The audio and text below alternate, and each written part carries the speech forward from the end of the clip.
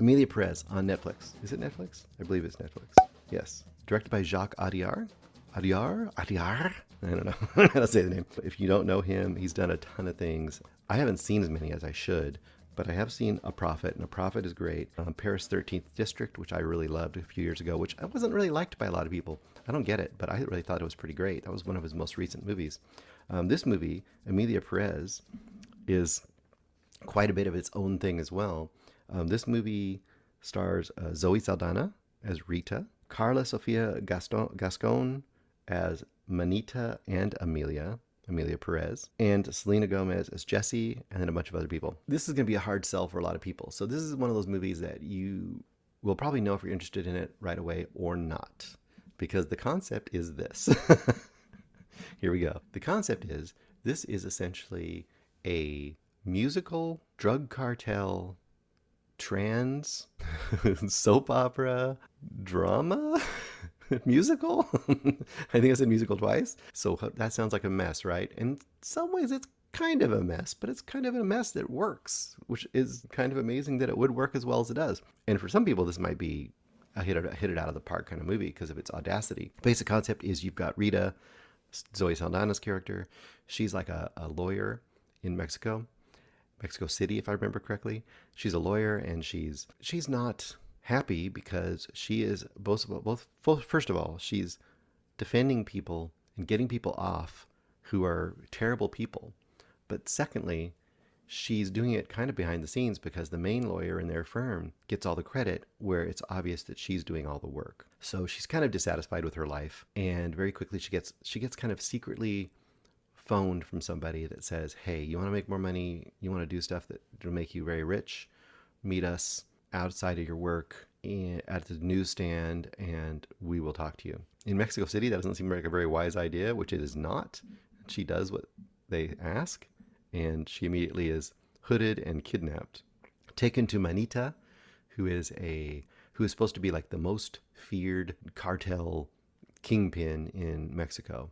And if you know anything about the cartels in Mexico, if you're the most feared, that tells you something, because the cartels are brutal, and you do not die well if they do not like you. You have a horrible fate. So she's, very, very terrified by this guy, and he proposes to her. This is where it gets a little different. He proposes to her, like, he will give her a ton of money if she can help him, basically achieve his real life, which is, he's always felt he should be a woman. He is a woman. He has had to live this life of brutality, and it's only one part of him, and it's not the part of him that he really feels like is the authentic him. And he feels to be authentic, he needs to have these operations and to transition and secretly disappear from the world.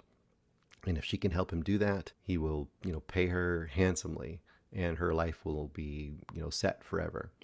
And you're like, okay, that's going to be the path of this movie. Don't forget, there's musical numbers in here. That'll be the path of this movie, right? That's only like the first maybe 20 minutes of the movie. She finds somebody, he gets changed to Emilia.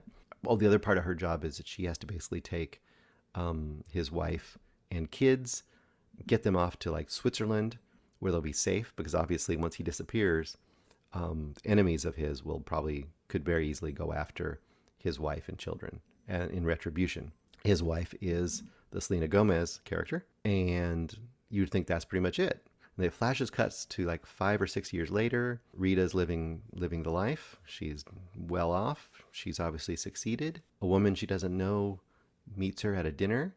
She starts talking to the woman, and very quickly she discovers that this woman is Emilia, who used to be Manita. And secretly they kind of wink, and Rita's really freaked out, because Rita thinks like, oh man, Emilia is here to kill me because I am a loose end. I know who she is. I'm dead. But Emilia says, no, that's not why I'm here. I want my kids back. I can't live my life. I know I changed. I know that's what I wanted, but I also wanted to have my family. I don't have my children. I don't have my wife. I need to have them again. So can you make sure you get them to me? Let's all move back to Mexico. I want them with my life. I'll pretend to be their aunt. Well, obviously their dad is gone, so I'll be their aunt, and at least they can live with me and I can see my children. That is the setup of this movie. And it goes in a lot of weird places. Like I said, surprisingly, the musical numbers aren't, you'd think like, oh my gosh, this is not an Annette musical where it's like 90% sung.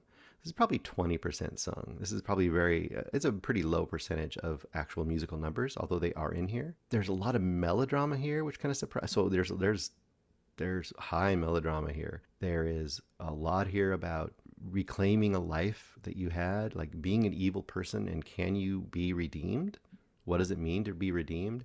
And if you were an evil person, but that wasn't the real you, right? You changed yourself. Does that make you not evil anymore? Or at the heart there, are you still evil? Or can you become good? So it's a lot of redemption stuff here. A lot of stuff that kind of really falls into like Christianity, like the idea of, can an evil person, towards the end of their life, redeem themselves and really change? And does that make them a good person?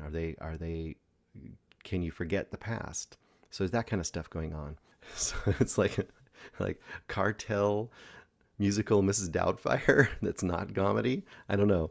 Does it sound like a mess? Yes, but it works so surprisingly well. Although it's definitely going to trigger a lot of people too, because it has like it's like made to trigger certain groups of the US. I'm not as hot on this movie as some people are. I think it's definitely good. I love what it's trying to go for. It didn't quite make it for me, and I'm in the bag for this kind of thing. This could be movie of the year for me. Actually, for me, it's probably about a 3.5-star movie, because some of the stuff doesn't work 100%, and it is a little bit rambling.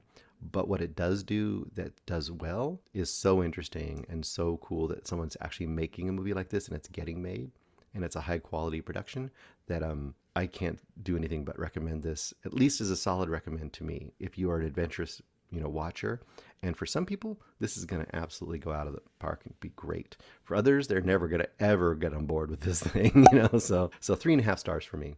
And that should give you some stuff to watch for next week.